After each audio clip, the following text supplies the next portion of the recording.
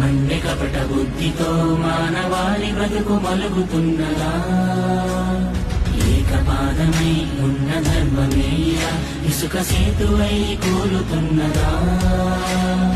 ఆధరణి కన్నీరు తుడిచేందుకు నీరాకకే వేచరా, ఆ అసుర రాజ్యాన్ని అణిచేందుకు